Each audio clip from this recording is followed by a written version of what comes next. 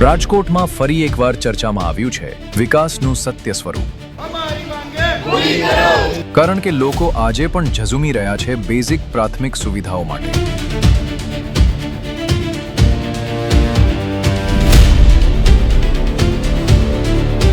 Tax ભરેલો હોવા છતાંય કોઈપણ જાતની પ્રાથમિક સુવિધાઓ ઉપલબ્ધ કરવામાં આવેલ નથી.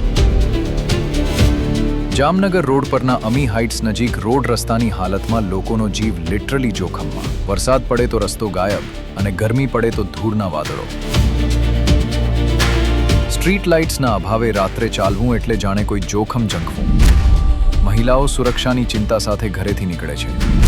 સિટી બસ સેવા અધૂરી અને સફાઈ તો જાણે આ વિસ્તારથી રજા પર.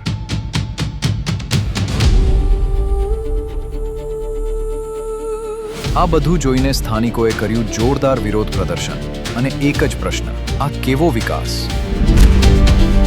વોર્ડ નંબર 1માં 10 સોસાયટી અરિહંતનગર 1 અને અરિહંતનગર 2માં આવેલી છે. 10 સોસાયટીમાં આશરે 6000 માણસો રહે છે, એટલે એક નાનું ગામડું છે. અહીંયા રોડની કોઈ વ્યવસ્થા નથી, લાઇટની કોઈ વ્યવસ્થા નથી, પાણીની કોઈ વ્યવસ્થા નથી, જીએસપીસીની ગેસની લાઈન આવી નથી અમુક જગ્યાએ. એટલે ઘણા બધા પ્રશ્નો છે. ખરાબ રોડ રસ્તાને કારણે એમ્બ્યુલન્સ, રિક્ષા, સિટી બસ એવા કોઈ વાહન મળતા નથી.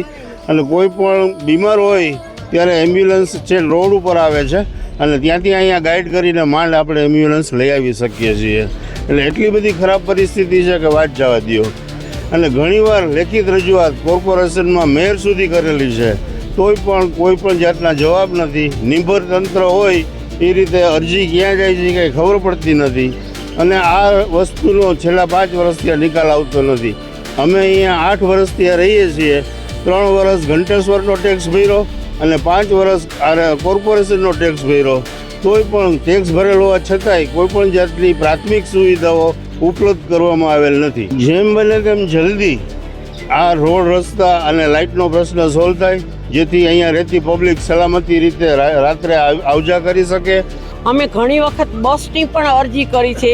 2000 માણસોની સાઇન કરાવી અને હું પોતે જ ગઈ હતી સાહેબ. આ બધી બિલ્ડિંગમાંથી એક માળ ચડી, એક માળ ઉતરી અને હું બધે સાઇન કરાવીને ગઈ હતી. પણ કોઈ બસવાળા 2-3 વાર આવી ગયા એ કે આવો રોડ ખરાબ છે ને એટલે અમે ચલાવવા તૈયાર નથી, બરાબર, મંજૂર કરતા નથી બસનું.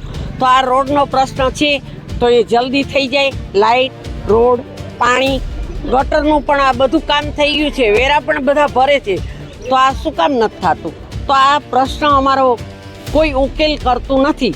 માટે અમારી વિનંતી છે કે જો બસનો અને રોડનો પ્રશ્ન સોલ્વ થઈ જાય તો અમે મતદાન કરશું, નહીંતર મતદાન કરવામાં આવશે નહીં.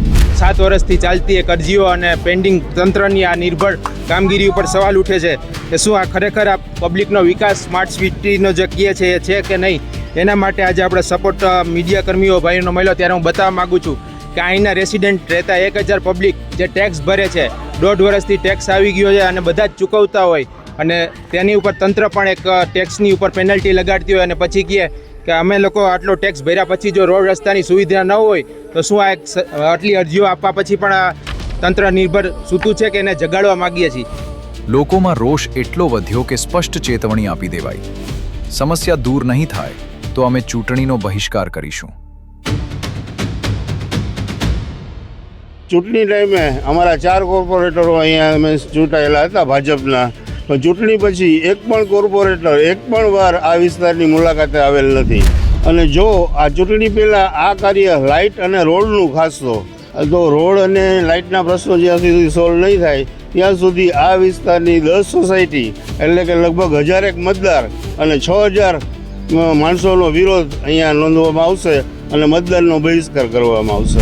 મતદાન લેવા બધા આવે છે અને થોડો પ્રોગ્રામ બનાવી જમાડી અને નીકળી જાય છે. હવે આ રોડ રસ્તાનો પ્રશ્ન નહીં થાય તો આગામી સમયમાં એક પણ ચૂંટણીનું અમે લોકો મતદાન કરવામાં બહિષ્કાર કરીએ છીએ. અને કદાચ આનો નિર્ણય નહીં આવે, ખરાબ રોડ રસ્તા, સફાઈ નથી થતી તેનો, તો અમે લોકો આગળ જામનગર રોડ પણ ક્લોઝ કરાવશું અને આનો એક સચોટ નિર્ણય લઈ અને આ કામ પૂર્ણ કરવા વહેલી જવાબદારી અને નિર્ણય આપે એવી અમારી એક નમ્ર અપીલ છે આપ લોકોને. વર્ષો સુધી વિકાસના નારા સાંભળ્યા, પણ જ્યારે પ્રાથમિક જરૂરિયાતો જ અધૂરી તો લોકોનો વિશ્વાસ કેવી રીતે બાંધશો? આવતીકાલે વચનો નહીં, આજે જ લોકોને રસ્તા, લાઇટ, સિટી બસ અને સફાઈ આધારભૂત હક પૂરા જોઈએ.